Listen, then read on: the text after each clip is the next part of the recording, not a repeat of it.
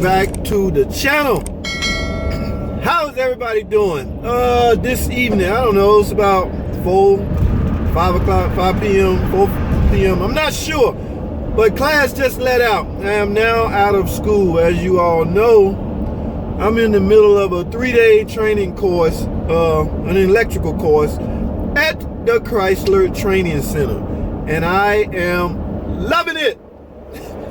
That's right, man. I talked earlier about it. I touched on it earlier, man. We went back to the basic of electronics as it applies to the automotive, to the car.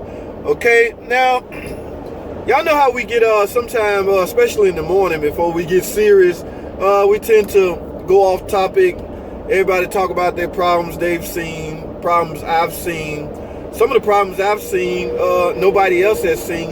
Some of the problems I hear other guys have seen, I haven't seen. Like, for instance, I was telling people I have yet to go inside of a Generation 3 Pentastar 3.6 engine. There's one guy in the course said, yeah, man, I done been in 3 of them. And I proceeded to ask him why. What was he doing? What went wrong? What are the repairs that you made and why? Now, one guy said he had to replace some cylinder heads. Oh, that's interesting. Why? What's wrong with the cylinder head? Come to find out, the problem was self-inflicted. Okay, the customer literally ran the car hot, overheated the car to the point where they knew it was overheating and they just kept driving. Okay, ladies and gentlemen, that is totally different from a defect, or, you know, an engine going out on its own, or a problem created on its own. First of all, he told me the car had 120,000 miles. That is a lot of miles. I think this was a 2017 Pacifica. All of those have the 3rd generation. Okay, so I got more and more interested because, like I say, I have yet to go in one. I haven't seen any problems on the 3.6 3rd generation. Do not confuse those with the 1st and 2nd generation, okay? Because that year they had problems. They had valve train issue. I have yet to see any problems at my dealer or me personally. So when he brought that up, I was all ears. I want to know why, what's going on, what's the problem. Well, like I say, one was self-inflicted. So now, I don't know, I'm saying self-inflicted, but that's what he said, because they knew the car. I don't know why the overheating came in the first place. I mean, there's nothing a driver can do, I don't guess, that would cause a car to overheat. Maybe it's one of those instances where, I don't know. See, that's the part he didn't finish with. I don't know why it overheated in the first place, or why it overheated, but he did say that the customer knew it was overheating and had to get to a certain destination before the car died. So, in essence, we're calling that self-inflicted. But that's a dangerous predicament to be in, guys. If you overheating, if you wouldn't want your significant other out there driving a car in the middle of the night, the coolant hand on halfway, it's slowly rising, 3/4, it's slowly rising, but they 10 miles away from the house. What do you do if you're on the phone with your significant other and she tell you, honey, the car is overheating. I'm 10 miles away and it's pitch dark outside. I know what I'm gonna do,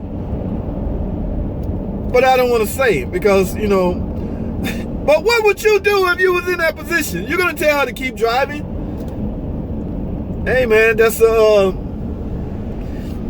question nobody wants to answer. So I can only assume the lady that overheated the car, or let it continue to overheat, had to have been in an emergency predicament. All right. So if that's the case, you got to weigh safety over money. If you have no way to get out and go get your significant other, then should you advise her to continue to drive? I say, I won't say. All right, so let me get on. In other words, the car is overheated. They got to put 2 new heads on. Now, you got to keep in mind, man, this aluminum engine, man. I like to wonder, I mean, I asked him that. He said, no, we got away with 2 cylinder heads. So maybe the cylinder heads would give out before the block. Also, in between the heads and the block is a multi-layer steel head gasket. So, hey, you're not gonna blow that head gasket. I mean, those aluminum cylinder heads will give out and warp and expand and retract before that multi-layer steel head gasket would. So, you know, it all depends. So he said, I mean, this happened. He did the job about 2 weeks ago, so he haven't heard anything back. So obviously, that was a successful repair, and it wound up. It wasn't warranty because it's out of warranty by mileage. So it was a extended insurance company type warranty. So they paid for 2 cylinder heads. Anyway, should I stop saying what I say? No, until I personally work on one. It's okay for me to keep saying I haven't worked on one, because that is the truth. I have yet to touch Generation 3 Chrysler 3.6. All right. So another thing came up, man, was the merger. Okay. Yeah, we got into deep conversation about that. Sometimes, you know, instructors and engineers don't like discussing that with students as if we're just mechanics. No, man. Some of us are, you know, bigger than just a mechanic. Some of us branch out on, you know, the political side of the automotive industry. You know, you almost have to do you can't just be a gear monkey wrench guy. You have to know what's going on around you, man. If you just turning wrenches and that's it, that's all you care about, you're doing yourself a disservice, man. You have to be aware of what's going on around you, what may finna happen in the automotive industry, and what's slowly changing in the automotive industry. Okay, that's the way I have become over the years. Gone are the years of me just worrying about today. No, it's all about the big picture of what's gonna happen 5 years from now. When is the electric car coming, if it's coming? Are they trying to do away with gasoline combustion engine? I hope not, but you know, it's a political thing at this stage. It's in the hands of the politicians, so we don't know. All we can do is wait and see. That's where I'm at. I have started following the political or the politics of the automotive industry. That's where I'm at now. So, like I say, we talked about the merger. We touched on that a little bit. Now, I can't go too far into that discussion because I'm filming and whatever I say is on the fly. So I could easily say something wrong, and some of my subscribers, Paul Joe, boy, some of those guys will correct you in a heartbeat, or tell you said something wrong, tell you did something wrong. I have no problem with that. I'm not perfect. If I'm recording off the fly, sometimes something that come out, I may misspeak. That's the word they use in politics. I may misspeak from time to time. I may say something that was wrong. I am human. Okay, so I won't really get into the merger in this setting. Okay, y'all can see I'm driving. I'm headed home from school, so, but it's in my head, it's on my brain, and I can memorize what the instructors was saying and what they was talking about. It's just that I don't want to speak on it in this setting. So I will talk more about it when I'm at home in the studio, sitting down in the chair with a laptop in my face, in that type of environment. That news channel, that news story may come off better that way. So I would choose to wait till I get in that type setting. But other than that, man, day 2 was great. A success.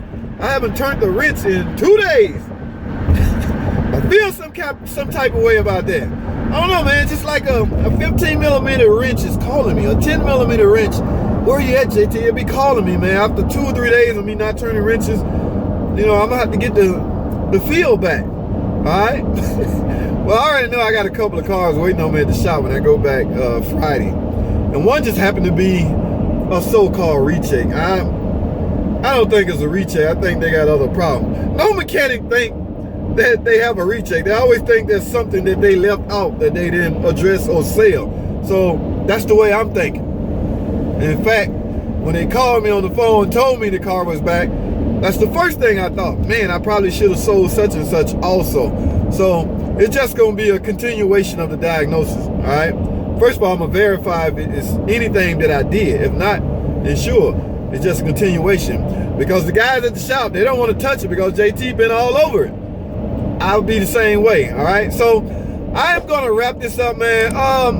That's all I have. Thanks for watching. Comment and subscribe. And I'll see y'all on the next video.